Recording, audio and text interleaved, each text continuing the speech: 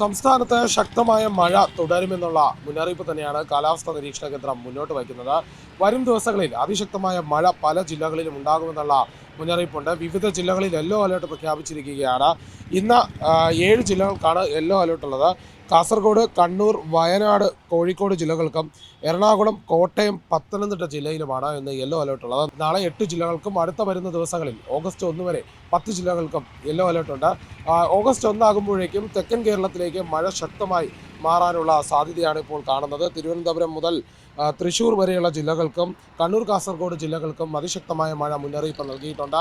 ഏതായാലും ഒഡീഷയിലും ഛത്തീസ്ഗഡിലും ഈ ന്യൂനമർദ്ദം നിലനിൽക്കുന്നതുകൊണ്ട് അതിൻ്റെ ഫലമായുള്ള മഴയാണ് ശക്തിപ്പെടുന്നത്. ഏതായാലും ഇനി വരുന്ന ദിവസങ്ങളിൽ മഴയുണ്ടാകുമെന്നുള്ള മുന്നറിയിപ്പ് തന്നെയാണ് കാലാവസ്ഥാ നിരീക്ഷണ കേന്ദ്രം മുന്നോട്ട് വയ്ക്കുന്നത്. അതിശക്തമായ കാറ്റിനും സാധ്യതയുണ്ട്. അതോടൊപ്പം ഇടിമിന്നൽ സാധ്യതകളും പല മേഖലയിലുണ്ട്. മണ്ണിടിച്ചിൽ സാധ്യതയുള്ള മേഖലകളിൽ അതീവ സുരക്ഷയോടെ തന്നെ കാര്യങ്ങൾ കൈകാര്യം ചെയ്യേണ്ടതുണ്ട്.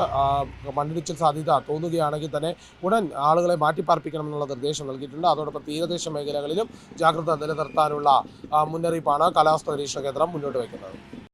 ഏറ്റവും പുതിയ വാർത്തകളും വിശേഷങ്ങളും വിരൽ തുമ്പിലറിയാൻ സീ മലയാളം ന്യൂസ് എല്ലാ ഡിജിറ്റൽ പ്ലാറ്റ്ഫോമുകളിലും ലഭ്യം.